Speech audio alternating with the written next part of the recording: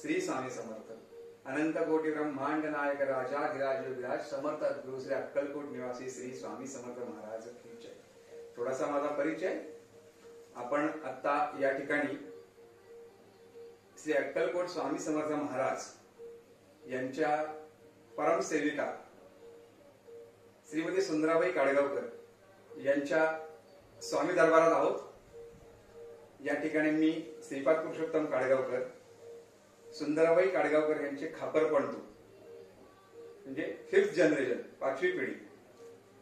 सुंदराबाई काडगावकर महाराजांच्या सेवेत 18 वर्ष अविरत होत्या। सुंदराबाई काडगावकरांना महाराजांनी प्रत्यक्ष स्वतः वापरलेल्या चर्म पादुका त्यांच्या नातवासाठी म्हणून सेवेचा सहभाग म्हणून अर्पण केल्या। याचा उल्लेख गुरु लीलामृतामध्ये 36व्या अध्यायात 164व्या ओळीमध्ये प्रत्यक्ष आहे। ह्या सुंदराबाई काडगावकर ह्या माझ्या आजोबांच्या आजी, ज्यांच्या सेवेच्या कृपेमुळे आज महाराजांच्या सानिध्यात आम्ही सलग 5 जनरेशन्स आहोत आणि 6वी जनरेशन हे सर्व करण्यासाठी तयार आहे। महाराजांनी जेव्हा या पादुका दिल्या तेव्हा महाराजांनी स्पष्ट सांगितलं होतं, सुंदरे बोडके भोसडीचे तू लोभी आहेस आणि तुला या पादुकाची तेवढी किंमत कळणार नाही। कारण का तर तुझी पूर्वजांची खूप मोठी पुण्याई आणि तुझी खूप मोठी पुण्याई आहे, त्याच्यामुळे तू कायम माझ्या बरोबर आहे। म्हणून हे धन तुझ्या नातवाला दे, जो नातू आजींबरोबर सुंदराबाईंबरोबर त्यांचा नातू श्रीनिवास काडगावकर हे शिनू काडगावकर म्हणून प्रसिद्ध होते। त्यांची पुण्याई ते महाराजांच्या अंगाखांद्यावर खेळलेले आहेत आणि त्यांच्यासाठी म्हणून महाराजांनी हा प्रत्यक्ष प्रसाद दिला। हे श्रीनिवास काडगावकर, आपण त्यांचा फोटो पाहू शकता। श्रीनिवास काडगावकर ते स्वातंत्र्य सैनिक होते। त्यांनी लोकमान्य टिळकांबरोबर कार्य केलेलं आहे। लाल बाल पाल यांच्याबरोबर त्यांनी कार्य केलेलं आहे। ते स्वतः पूर्णपणे स्वातंत्र्याला झोकून देऊन शेवटपर्यंत स्वातंत्र्य प्राप्तीसाठी लढा दिलेला आहे। ते भूमिगत होते, मिठाच्या सत्याग्रहात सामील होते आणि त्यांनी आपल्या देशासाठी सर्व समर्पण केलं। त्याच काळात त्यांचं घरदार जमीन जुमला सगळा जप्त झाला, जो त्यांनी स्वातंत्र्यानंतर सुद्धा मागून घेतला नाही। ते म्हणले, हे माझ्या स्वातंत्र्यासाठी भारतासाठी दिलेलं दान आहे।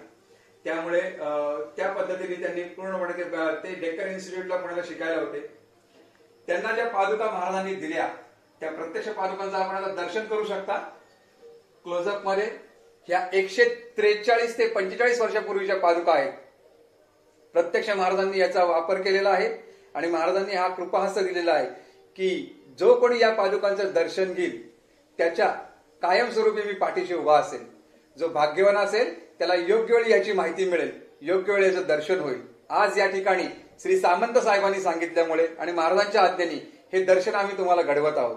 याच त्या पादुका ज्याच्या चरण स्पर्शाने महाराजांनी आपल्या सर्वांना उद्धारून दिलेला आहे। या ठिकाणी कंटिन्युअसली महाराजांची गुरुपौर्णिमा, दत्तजयंती, स्वामी प्रकटीत, पुण्यतिथीचा 7 दिवसाचा सप्ताह असे एकूण 14 कार्यक्रम या ठिकाणी होतात। दर पौर्णिमा, गुरुवार अभिषेक, पूजा अर्चा आणि महाराजांच्यासाठीचा विशेष नैवेद्य असतो आणि हे पूर्ण खाजगीत असले तरी पण कुठल्याही व्यक्तीला कधीही या ठिकाणी फोनवरून पादुका दर्शनासाठी उपलब्ध होऊ शकतात। त्याचबरोबर महाराजांना जेव्हा आमच्या आजोबांनी श्रीनिवास काडगावकरांनी जेव्हा खूप विनंती केली की अभिषेक कशावर करू, तेव्हा त्यांनी काडगावकर, श्रीनिवास काडगावकर, शिनू काडगावकर हे जेव्हा 22 वर्षाचे होते तेव्हा महाराजांनी चंद्रभागेच्या काठी पंढरपूरला एकादशीला प्रत्यक्ष दर्शन देऊन त्यांना अभिषेकासाठी स्फटिकाच्या पादुका अर्पण केलेल्या आहेत। त्या स्फटिका पादुकांचं आपण आता दर्शन घेऊ शकता। या स्फटिकाच्या पादुकांमध्ये महाराजांचं आत्मलिंग आहे आणि ते आत्मलिंग, माझं आत्मलिंग आहे, याच्यावर तू अभिषेक कर, हे तुला जीवाशिवाला पूर्णपणे सांभाळून देईल आणि तू फार मोठा भाग्यवान माणूस आहेस, फार मोठा तुझ्यावर पुण्याई आहे। तुझ्या पिढ्यानपिढ्या मी महाराजांची निस्वार्थी सेवा करून घेईन। जो कोणी इच्छुक असेल आणि ज्याला या पादुका आपल्या घरी पूजनासाठी हव्या असतील त्याच्यावर तू कुठलाही लोभ न ठेवता निर्लोभपणे त्यांना त्या सेवेसाठी मान्यता दे आणि त्यांच्याकडे ते घेऊन जा। आजही आपल्या पादुका अनेक लोकांकडे दिवसभर सेवेसाठी उपलब्ध असतात। या स्फटिकाच्या पादुकांवर अभिषेक असतो। या चर्म पादुका महाराजांच्या दर्शनाला प्रत्येकाला मिळतात। दिवसभराचा यथासांग कार्यक्रम आपण महाराज त्यांच्याकडनं करून घेतात। जो कोणी भाग्यवान असेल त्याला योग्य वेळी याचं दर्शन होईल. हे महाराजांचं ब्रीदवाक्य अखंड स्मरणात आहे. याच ठिकाणी या ठिकाणी चांदीच्या पादुका आपले परमभक्त श्री नरेंद्र काका हेटे मुंबईचे त्यांनी अर्पण केलेल्या आहेत. त्यांचा एक मानस पूर्ण झाल्यामुळे त्याच ठिकाणी या ठिकाणी एक महाराजांची मूर्ती आहे जी की आपण लोणावळ्याला करंदीकर काकांच्या मठात पाहत असाल त्याच प्रकारची मूर्ती आहे.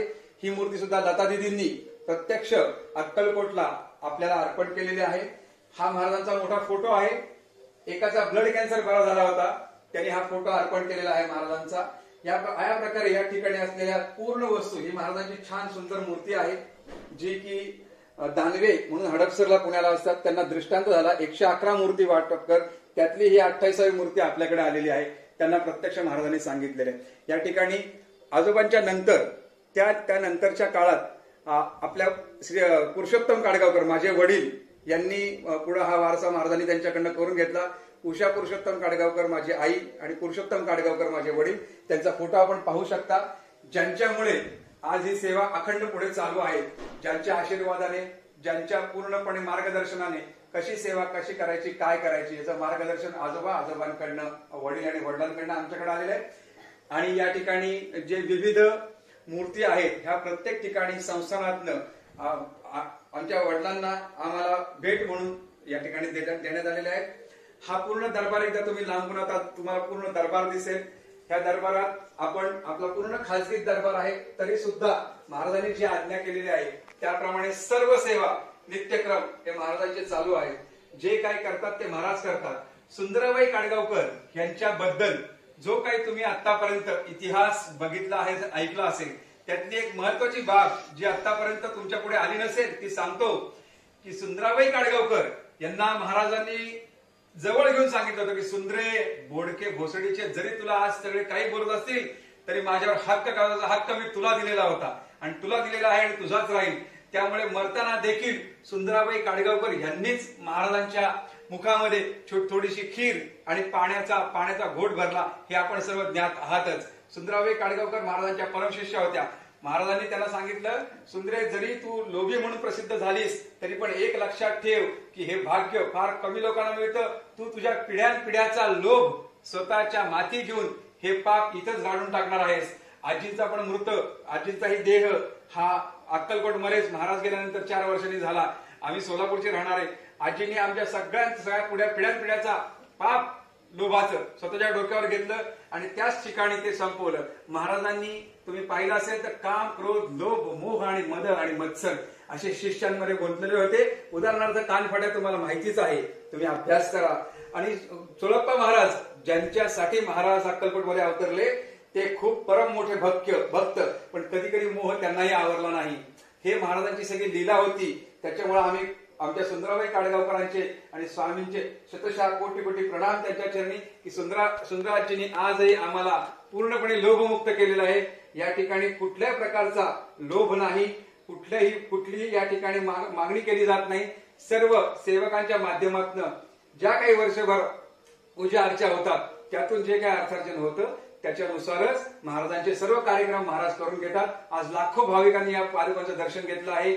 श्री सामंत साहेबांनी आज मला सांगितल्यामुळं, महाराजांनी आज आज्ञा दिल्यामुळे ही सगळी माहिती मी आपल्यापुढे देत आहे.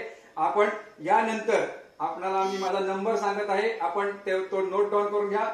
9422566093 श्रीपाद पुरुषोत्तम काडगावकर.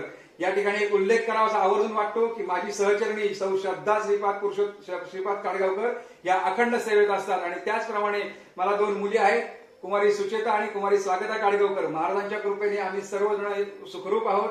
आम्ही सर्वजण नोकरी करतो. सर्वांचा कोणाचाही उदरनिर्वाह हा महाराजांच्या याच्यावर नाही आहे. मीही सर्व्हिस करत होतो, माझे वडीलही सर्व्हिस करत होते. माझी एक मुलगी सीए आहे आणि एक मुलगी आर्किटेक्ट आहे. ही सगळी महाराजांची कृपा. त्यांनी अखंड आमच्या पुढच्या पिढीकडनं ही सेवा करून घ्यावी ही स्वामीचरणी प्रार्थना. श्री स्वामी समर्थ. जय जय स्वामी समर्थ.